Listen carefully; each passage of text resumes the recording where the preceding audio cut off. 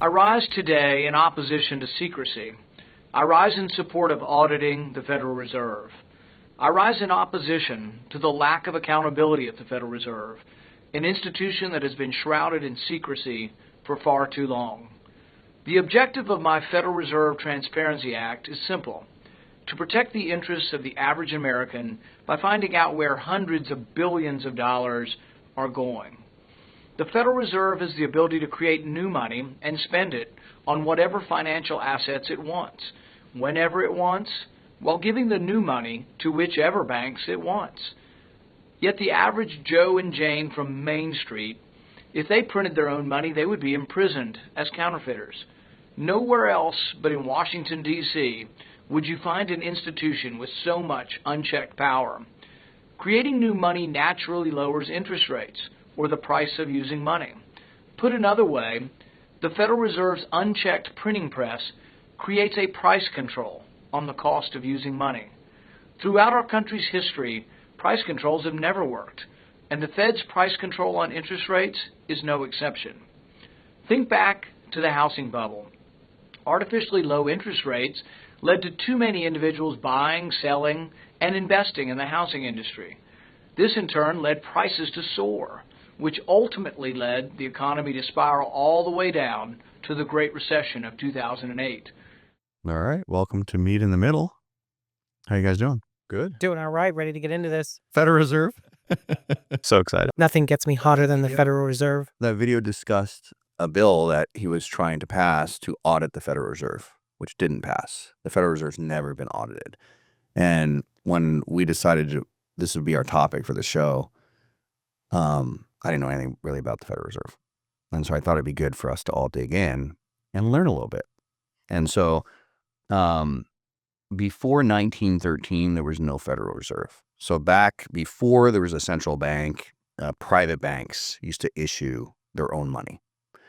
And there was no collective system for checks and balances for run on banks, or, one bank going under. And you did have a couple crises that came up. In 1907, there was a huge banking crisis that nearly wiped out the entire financial system, and J.P. Morgan had to come in and save everybody. He coordinated the private bailout, so he basically bailed out the United States economy. So there was some concern within the United States of okay, we need a solution for this. We can't grow our economy and have an unstable banking system and be a world power. So in 1910, they had a secretive meeting on Jekyll Island in Georgia with top bankers and a few politicians, and they drafted up the Federal Reserve Act, which passed in 1913. The goal was to stabilize the banking system. But critics and myself argue that it handed private banking interests immense power behind closed doors. And our Constitution allows the United States government to mint coin, which is, in my opinion, to print money. But we passed all those rights over to the Federal Reserve, which is not owned by the people. It's a private entity with some government oversight. And I want to dig in today of just some basic understanding, and then we'll get into my thoughts on the Federal Reserve, which I think it needs to be completely reformed, versus you guys where you feel Federal Reserve is awesome. It's like your best friend. So I didn't know who owned the Federal Reserve. Is it the Rothschilds in England, and their kids are running around just with gold hats on? But no, it's owned by 12 regional banks. So there's regional federal banks, and these banks are owned by members within that region. And each bank within a region is required to buy stock in the Reserve Bank. So they own part of the bank. And then each of these reserve banks are overseen by the Board of Governors in Washington, D.C., and that's the Federal Reserve, right? And that board is appointed by the president and confirmed by the Senate. They serve 14-year terms, and I believe they cycle out every 2 years or something, so that a whole bunch aren't going through. And the purpose of that was to ensure that there'd be no political interference with our money supply in banking, which makes sense, right? That makes sense. There is profit made by the feds, and most of it's returned back to the U.S. Treasury. But the reserve banks, right, the regional banks are allowed to make, I think, up to a 6% profit annually, which isn't bad. Like 6% is pretty good. But then there's another section, right? So you got the Federal Reserve Board of Governors, and I believe they control interest rates. But then there's another subcommittee called the Federal Market Committee. And that's made up of 12 individuals that actually control the money supply. So they determine really how much of the government debt they buy or they sell. And through this, a small group of banks completely control the value of the U.S. dollar and thus the economy. So when you were saying earlier, like, oh, you guys are investors and you own businesses, this more affects you. Hell no, this affects everyone. And in fact, we're more insulated from it because I own a lot of real estate. Yeah. Right. And that increases with value. What I was saying is that I think that the average American, when they hear the Federal Reserve, probably couldn't tell you the first thing about what the Federal Reserve does, because it seems like such an abstract idea to the average American who's worried about what the prices are at the grocery store or whether they're going to be employed or not. And they don't realize that the Federal Reserve has a lot to do with those things. It's only the investor class that does have even a rudimentary understanding of what it is the Federal Reserve is dual mandated to do. Like, the interest rates are going to go down, are going to go up, right? And everybody's freaking out, and the average person's like, oh, okay, I don't know if that's really going to bother me too much, but it ends up bothering them. So anyway, this subcommittee has immense power, and that's made up of 12 members. 7 are the members of the Federal Reserve, and 5 come from the regional banks. And one of the permanent members is New York, because then the other ones cycle through. And all the rest cycle through. So this is a private enterprise with some public oversight. That's really what it is. In the opening, that clip with Rand Paul, they've never been audited. Like, so they have a huge balance sheet and they bought all these assets, but these assets are like bad debts and stuff. So they don't want it audited because it can mess with the integrity of the Federal Reserve. So we have no idea what's on their balance sheet. We don't know how much they're printing, right? We really don't know what's going on with the Federal Reserve in detail. So, I mean, we should clarify that the Federal Reserve is audited regularly, but it's not usually audited in real time. It's a retrospective auditing. So they tend to be pretty careful and they insulate themselves. They self-audit. I don't think they self-audit. It is a third-party audit, but it's a retrospective audit, and it's only an audit of like the debts and balance sheets. It's not an audit of processes or financial models. So they don't reveal how they make decisions relative to what they do. They also don't value their assets on their balance sheet. They don't give it real-time value. I doubt, yeah. It's retrospective for sure. So I mean, if you have a body that controls the money supply and interest rates, and really the dollar is the gold standard of currency throughout the world, that's immense power. They can crash the entire world. Would you want the government to have that power though? Instead of you're talking about how they don't have any oversight. So it seems strange to me as a conservative that you would want to you would want to yield more power to the government. No, the biggest issue I have with the Federal Reserve is it's as if, I'm a developer, right? So I build commercial real estate. And it's as if I said, hey, the planning commission and the ones that decide zoning in my community where I own a development company, government shouldn't be doing that. Right? It yields too much power. Like, that should be private. And in fact, I should own that. And, I'm going to sit on that and make decisions. And you can have some reps, and actually you're going to choose the chair. Like all the regional banks choose a chair, and it's nominated, and the president votes them in. But I'm going to sit on that.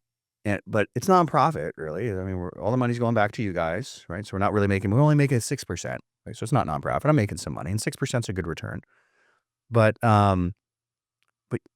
let us make that decision, because I'm a developer and I know how to develop, and I should decide zoning laws and code and process and procedure. Do you know how much fucking money I'd make? Because yeah, in that entity that we set up that controls the zoning and the codes, that only makes 6% for me. I'm getting something. But over here, I insulated my development company to be very, very fucking powerful. And now multiply that times a billion in controlling economies, controlling wars. Can we go to war? I don't know. Can we? Do we have the money? Yeah, print some money. Let's go to war. And part of the Federal Reserve, if the government wanted to go bomb Iran right now, like we got to defend Israel, we got to go in there and bomb Iran and support them. And we need $2 billion. They'd look in the ballot. Yeah, we don't have $2 billion because we spent everything we have. They'd have to go sell war bonds to the people. And the people, if they were against it, they'd only sell $100 million worth of war bonds. And guess what? They're not bombing Iran. For sure. Like that's called checks and balances. The people decide. But now, the Federal Reserve, they just print money. Because the people that actually are behind the scene are in the banking world, who then will lend money to arms manufacturers and people building aircrafts and this and that. And maybe they're on the Israel side, or who knows? But you can't have someone that's in the same industry managing the industry and controlling it. Like they're controlling their own profits, let alone they bailed themselves out with our taxpayer money. And it allowed the United States government and our country to become very powerful, right? But we've squandered all that wealth. We're in debt, $26 trillion, wherever the ticker's at right now. What was it at 9 years ago? Was that like 6? Like, that's insane. They've increased the money supply by 46%, 45% in 3 years after COVID. They added 46% more money. So if you had a dollar bill, and this is reality, this isn't like some inflationary chart that they only measure certain segments of the economy and like, oh, the inflation went up 6%. The worst, it's horrible. If you increase the supply over 3 years by 45%, your money decreased in value by 45% in 3 years. Like no matter how they try to cut it. And that's why everything is really expensive. Cars are through the roof. Houses are going. You can't afford anything. And it's literally destroying the middle class. So if I had $100,000 in my bank account, now I have really spending power of $65,000. And what did I get for that? Right? And we can argue COVID and all this stuff and we're saving the world. And in retrospect, I think there were a lot of mistakes made, and that's a totally different show.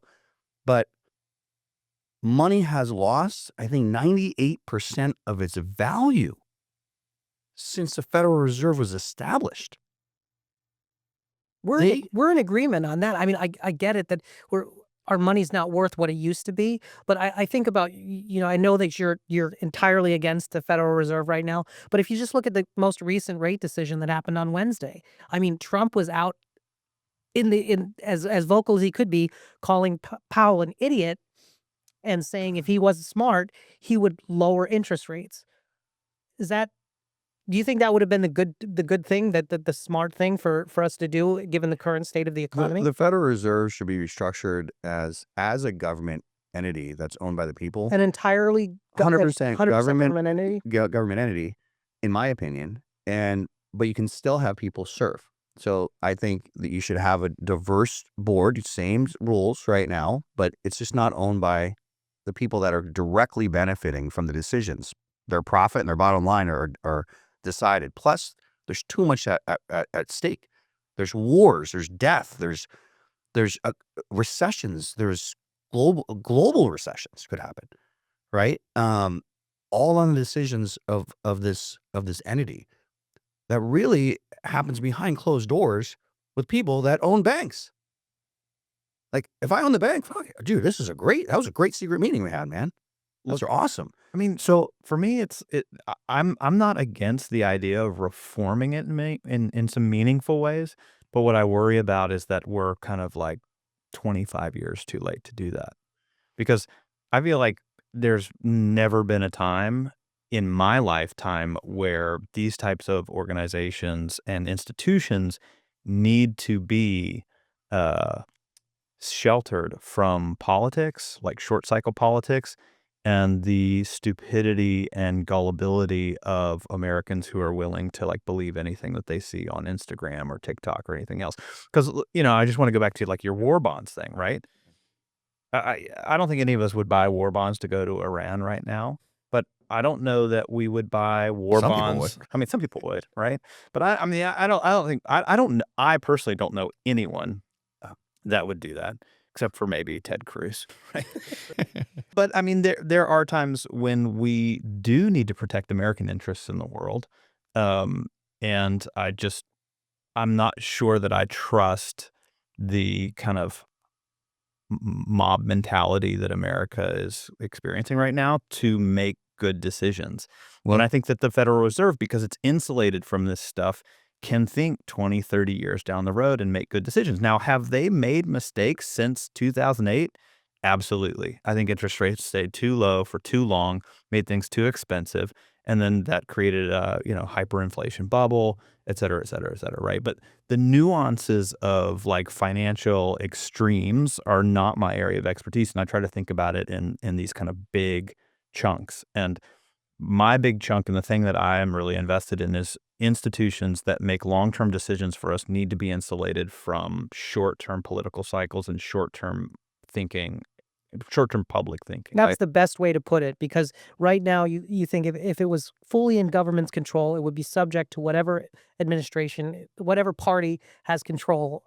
Yeah, which would be the worst case scenario. guys, we agree. There's no way I'd have like another arm of the government that's just like Trump's in power, monetary policy is going this way. Biden came, monetary policy is going that way. But if you don't have an entity that is outside of the government in some respects, that's what you would get. Every time there would be a regime change in the administration, if it went from the right to the left, you would have vastly different, it would fluctuate. Your monetary policy would. You keep the seats the way they're structured with long-term, 14 years, rotating every 2 years. What's wrong? It's the same exact structure. The only difference is you remove the group of people that own all the banks. Like, that's pretty common sense. Why are they owning the U.S. dollar? Why are they controlling it? Why do we owe them money? But they work as advisors, right? I mean, They are profiting 6%, and their banks are directly profiting off the decisions the Federal Reserve makes that they sit on. Right? They're in regional banks. but aren't banks always going to be? But aren't banks always going to be profiting off of the decisions of the Federal Reserve? At least they're not part of the process of deciding, and they're allowed to lobby. The people that sit on these boards that own these banks have a very powerful lobby that gets people elected to office. And we're going to talk about the whole election process on another show and what I think needs to reform there, because it's a shit show. They call it a swamp for a reason, but there's no way they should be allowed to lobby when they're sitting on this powerful position of, they own the Federal Reserve. It's privately owned. There's tons of industries out there that have really powerful lobbies that, they hire people and they get a lot more than 6% interest off some of the decisions that are made out there. Look at the pharmaceutical industry during COVID. This doesn't feel that different from the example you gave earlier where, I mean, developers currently can give money to politicians to influence how zoning decisions are made, to potentially exclude their property from... I would never do that. Look, I'm not pointing the finger at you. I'm just saying, like, this is very commonplace from like the smallest levels of small town to the biggest levels of this. I mean, I don't know how in a liberal democracy that is so heavily based on profit and consumerism and all the things that America is known for, how we could ever move away from what you've just described. Because to me, it's so endemic to every layer of American society. But why do you need the bankers to own it? Why can't the people own it? Why can't we own our own money supply? I honestly think that the moment that it becomes a government-owned thing, it becomes controlled by short-term political need. But if they sit for 14 years, how are they going to affect them? It's the same exact structure we have today, like exactly the same, because everyone that controls the Federal Reserve, those 7 seats, they're all appointed by the government. they run it, right? They're supposed to run it, right? They sit on the board of governors, and it's the same exact structure. The only thing that I'm against, and there's two, right? The unlimited printing of money can't have an unlimited ceiling. You're kind of hooked on this 14-year thing as if that would be the reason why there'd be no corruption, or it wouldn't be swung in either direction. I just point to the judiciary and see they're appointed for life, and look at the current state of the judicial system and the Supreme Court. I mean, it's a huge swing in one direction because of one administration. But it's exactly the same. It's exactly the same right now. All I'm saying is the people that own the actual Federal Reserve is not the American. We don't own our own money supply. We don't own the mechanism that prints the money. We don't own the mechanism that buys and sells debt.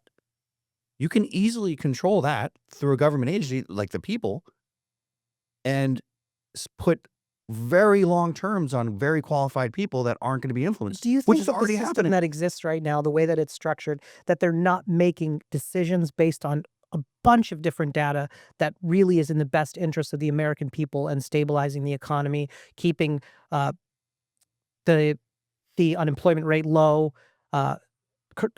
quelling inflation, those type of things? You think that they're not doing the job that they're really designed to do, that they're just printing money whenever necessary without thinking about the interest of the average American right now?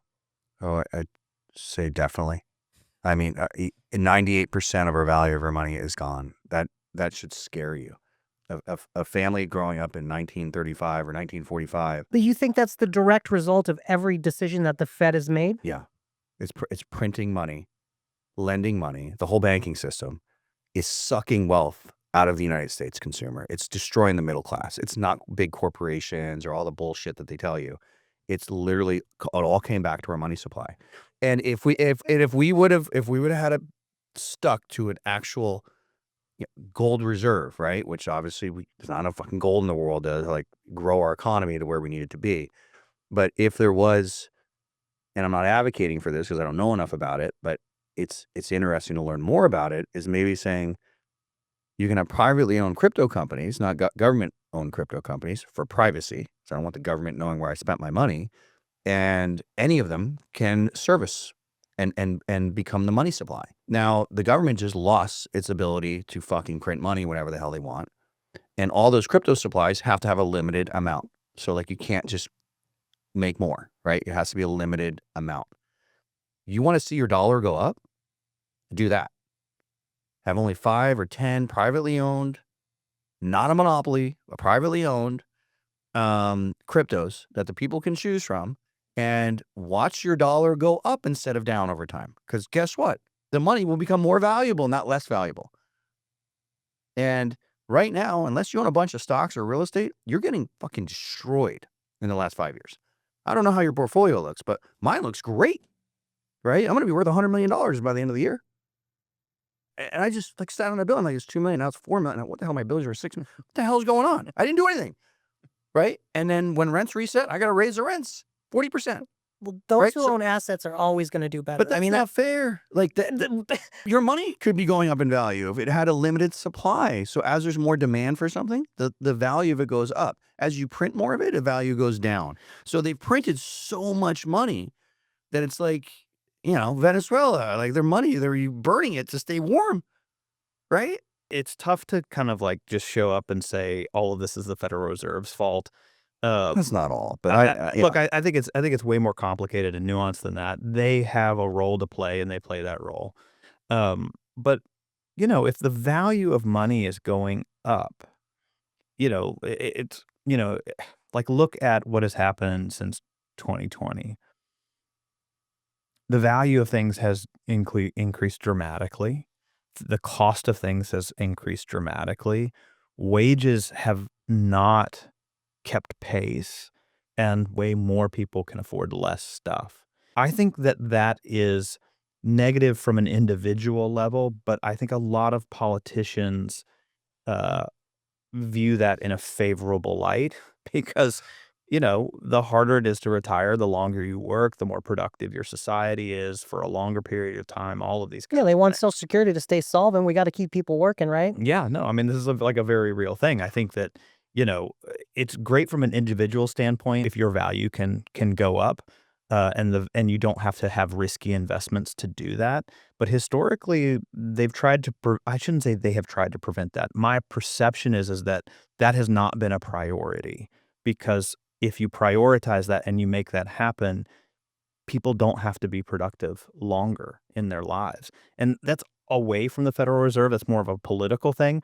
But I do think the Federal Reserve makes decisions relative to how we think about those things and how people want those things done. Like, I don't think the Federal Reserve necessarily sits there and says, we want to make everybody rich.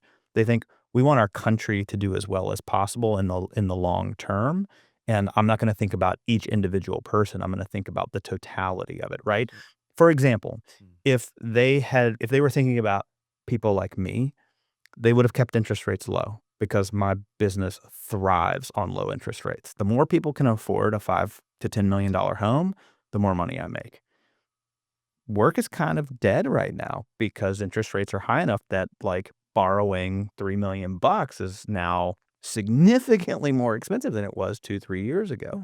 So, I think that they look at this much larger thing and they make decisions relative to it. And I don't think that there's the political desire in the country to benefit the majority of people. I think that they like it when people have to work and they have to hustle. I agree. I don't think they're doing anything to hurt people, but the decisions seem time after time to only benefit those very powerful banks, not the small banks, the powerful banks, and the government. So they bail out the government when the government fucks up, or we want to go to war, or we want to send trillions of dollars over here, or COVID happens, they bail out the government. And they bailed out the banks over and over. They bailed out the banks in 2008. While all of us, not all of us, but a lot of people in America lost their homes.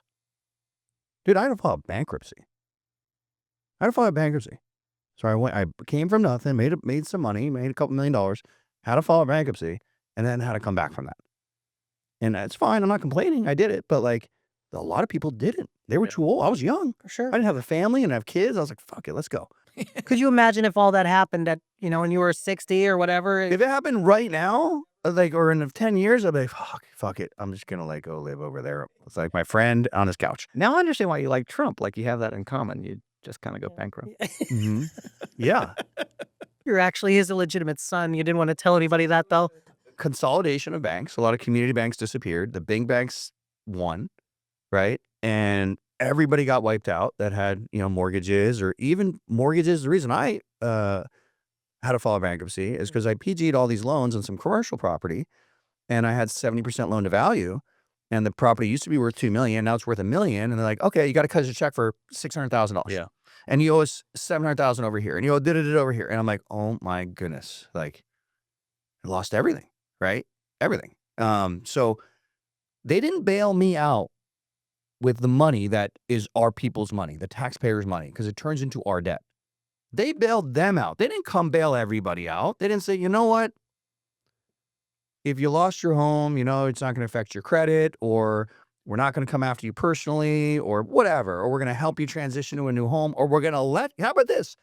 We're going to let you stay in your home. We're going to lower the interest. We're going to take it onto the balance sheet of the Federal Reserve, but you don't have to lose your home.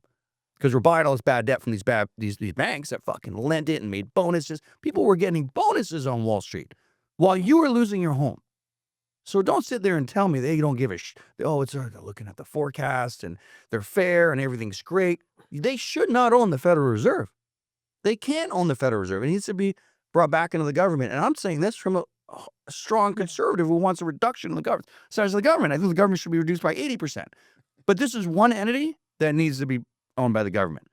Because as aside from the dual mandate, didn't after 2008 and the housing crisis, don't they have more oversight now? And isn't that part of the Federal Reserve's jobs to, like, regulate these banks so that we don't end up doing the same thing that we did during the housing crisis? Do you know what they regulated? The mortgage industry. They blamed all the mortgage brokers. It wasn't the mortgage brokers. It was the bankers on Wall Street that went to the mortgage houses and said, give us more loans. I don't care if they have no credit, if they have 20 loans. Fill it out. I won't even check it. Yeah. And they packaged these up and they kept selling them. Yep. And they affected the rating agencies, which are supposed to be, third party, and they were given A paper fucking, To garbage loans. the garbage, and like they were just shoving it down our throats, and they kept the interest rate so low, even though housing prices shot through the roof, when they should have been like, oh shit, we need to like look at the global 20-year, let's raise the interest rates. But they couldn't, because we were borrowing so much money at the federal level that it would make the federal debt and put more stress on the federal government. So I don't know if that's the reason they kept the interest rates low, or if just everybody was swimming in money and they just thought it would never end. But it was a complete greed play. So if they really wanted reform, fucking half of Wall Street should have went to jail. CEOs should have went to prison. They should have let all those big banks fail. Break them up. Make those big banks into small banks. They're not going away. But if they let them all fail, so much of it was so many of those institutions are tied to people's retirements and You can and let big them fail, but you can take the assets out and throw them in the publicly owned, people-owned Federal Reserve, and then slowly release that back into the market by not flooding it and affecting value. But instead, they bought all their bad debt. Now you don't have any bad debt. You're doing great. But let's sink this one bank. So one bank had to fail, but everybody else is all bailed out. And then fuck all the little banks. They're all gone, right? Because they don't have any power or say. And fuck the people. They're all losing their homes. They're losing their fucking cars. They're losing their fucking house. They're done. You had people like going into little apartments that lost their fucking home because they got talked into a, come get your second mortgage, build that pool, da. And before you know it, the bank came knocking, dude, your LTV's off. You got to write a check. We live in a country and a system built on fuck the little guy. That's kind of the American mantra, I think. So speaking as a little guy, we always get fucked. Well, and to be honest, we also love white collar crime in America too. It is pretty nice. That's why these people never get punished. We love white collar crime. We love white dudes screwing other people. It's not white people. I mean, well, historically, these are white dudes. I'm not saying that whatever. Yeah. We love people who make a lot of money fucking other people over. just so you know, it's not called white collar crime because you're a white dude. It's because you have a white fucking collar on. You're wearing a dress shirt, dude. No, it's because your skin matches the color of the collar. No, it's your fucking shirt. Oh my God. No, but we do. We love white collar crime, and we aspire to that. That's why. we aspire to that. But no, and What also the fuck are you guys? no, but I'm actually going for the little guy, dude, and I got the two liberals like, fucking let the banks own the fucking Federal Reserve. I'm just saying That's that's how Trump built his base, though. There's a bunch of people out there that like fucking applaud everything that he's done. Like, yeah, he's bankrupt these people. He fucks over contractors. He does all these things. Fuck that. That's not a real crime. He didn't punch anybody in the face. You didn't hold up a bank. he didn't kill anybody. With a gun, at least. But back to your other point about like what they choose to allow to fail or this or that. Like this is a huge, like one of the most obviously corrupt things that I think that they do, where there'll be, if it's a credit swap default or whatever, they where balance sheets get screwed up, they'll say, oh, well, like these 10 banks are having problems. We're going to save these 9, but our homie wants to buy that one. So let's like let that one fail so they can. Yeah, what was that bank? First Republic. And I loved First Republic. Great bank. Everybody knew my name. First Republic, they had the highest percentage of clients who were worth like multi-million dollars. Yeah. Like they had the best clientele, which is why Chase wanted them so bad, right? So it's amazing to me that a bank that has that kind of clientele and has curated pretty much the best client list of most banks in America is allowed to just fail. Like they're not bailed out. Like they should have like an incredible balance sheet. Well, they have a system in place in the regional banks where they can bail each other out. That's a safety net. But like you just said, if one of the bigger banks that are more powerful in that region wants to own that bank, they just don't save them. To me, that's wildly corrupt. It's just them eating each other. I really don't care. But like I do, because it's affecting the smaller banks, right? And those smaller banks, we get better service. We get better rates on loans. I mean, Wells Fargo is so bad, they're never going to sponsor us. They're the worst bank. So is Chase. No, Wells Fargo is the worst. I mean, I've had them both. I bank at Chase. I've actually had them both recently, and Wells Fargo gave me slightly better customer service when I went in. No way. And I was like, close my fucking accounts right now. I hate all of you people. I did that to both Wells Fargo and Chase recently. Yeah. And Wells Fargo was way cooler about it. I don't know. I hate those big I like community, smaller banks. Like First Bank was a great bank, and they just sold was it Pacific Premier? Fucking nightmare. I had Navy Federal Credit Union when I was in the military. I fucking loved it. They gave like a young sailor of my loan for my first car. Those kind of things. I loved that. I had my mother's credit union when I was in pharmacy school, and then I came out to California and I went to Bank of America as the closest one to the first Walgreens that I worked at, and have been with Bank of America ever since. I don't have a problem with them per se, but I mean, you did get much better customer service at smaller like credit unions. But I like how Bank of America was started by an Italian. Right. I went to Schwab. I love Schwab to death. And I moved all of my business accounts to American Express. And Yeah. I love it. Incredible service. It's greedy bankers. So you don't like the idea of just unlimited printing money? I don't think they print money all willy-nilly like you're talking They're about. just printing though. money, dude. They don't. And They printed $5 trillion in 3 years. That's willy-nilly, bro. I think the government is in charge of a lot of it, and the Federal Reserve, and if you use they're like the sugar daddy for the government. They're like the sort of responsible sugar daddy. Like they have to just bail. They're constantly bailing out the decisions of government and Congress, and I mean, they decide that they need money for this and that and everything else. And then the Federal Reserve comes in, tries to say, oh, okay, you guys want to do this, but the American people, we need to do these things. We need to keep everything else regulated. But fuck you guys, we'll do it again for you. And they go ahead and they print money as necessary. But I don't think it's in their interest. I mean, if you think 6% is great, you're right. But they could go out and do other things and make more than 6%. Do you make 6% on every investment that you have? No, you don't. So I mean, it's a solid, stable return, but it's not like Dude. moonshots by any stretch of the imagination. Dude, no, they make 6% on their investment into their regional federal bank. But they own a bank that profits. It's a for-profit off the decisions that they help influence. As does the government, and as does every member of government. But you think we should just leave it alone. It's great. And doesn't need any. Like Ben said, I think there's reform, but I don't think the answer is to give government more control of it.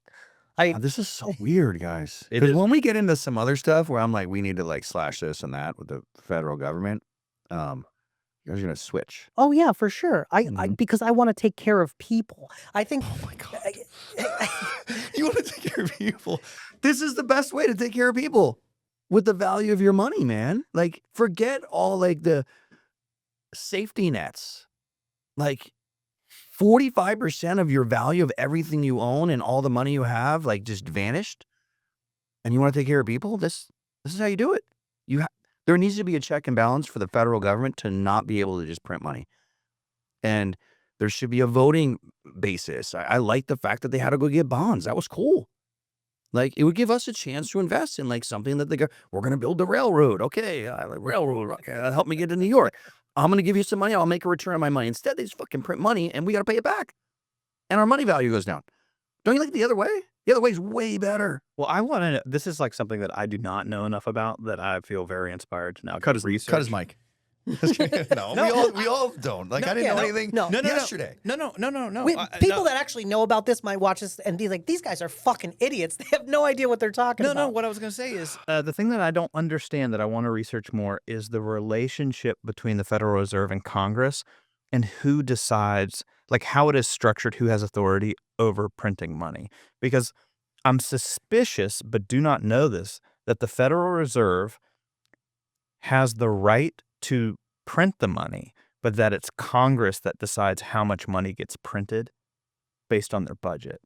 I don't know that, but I'm suspicious that because, look, I think if you were an independent organization and you were like, this is an awful idea, we're just not going to print the money.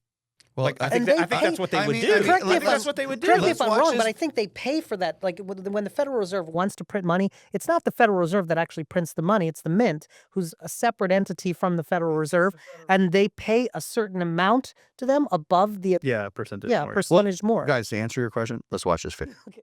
If you're curious about how the Federal Reserve, or the Fed, increases the money supply in the economy, you're about to get a clear and simple explanation. The Fed uses several tools to achieve this, but let's focus on the most important ones. One of the primary methods is through something called open market operations. Imagine the Fed as a big buyer and seller of government securities. When the Fed wants to increase the money supply, it buys these securities from banks. Here's how it works. The Fed pays for these securities by crediting the bank's reserve accounts. This means the banks now have more money in their reserves. With more money in their reserves, banks can lend more to consumers and businesses. This increases the amount of money circulating in the economy, which is what we mean by increasing the money supply. For example, during the COVID-19 pandemic, the Fed bought a lot of securities to inject liquidity into the financial markets, growing its balance sheet to over $7 trillion by the end of 2020. So there we go. Now we got clarity. See? Now you guys know. Oh, that's good. Well, that's all I have to say about the Federal Reserve, but I want to talk to you about your wrestling career. Okay.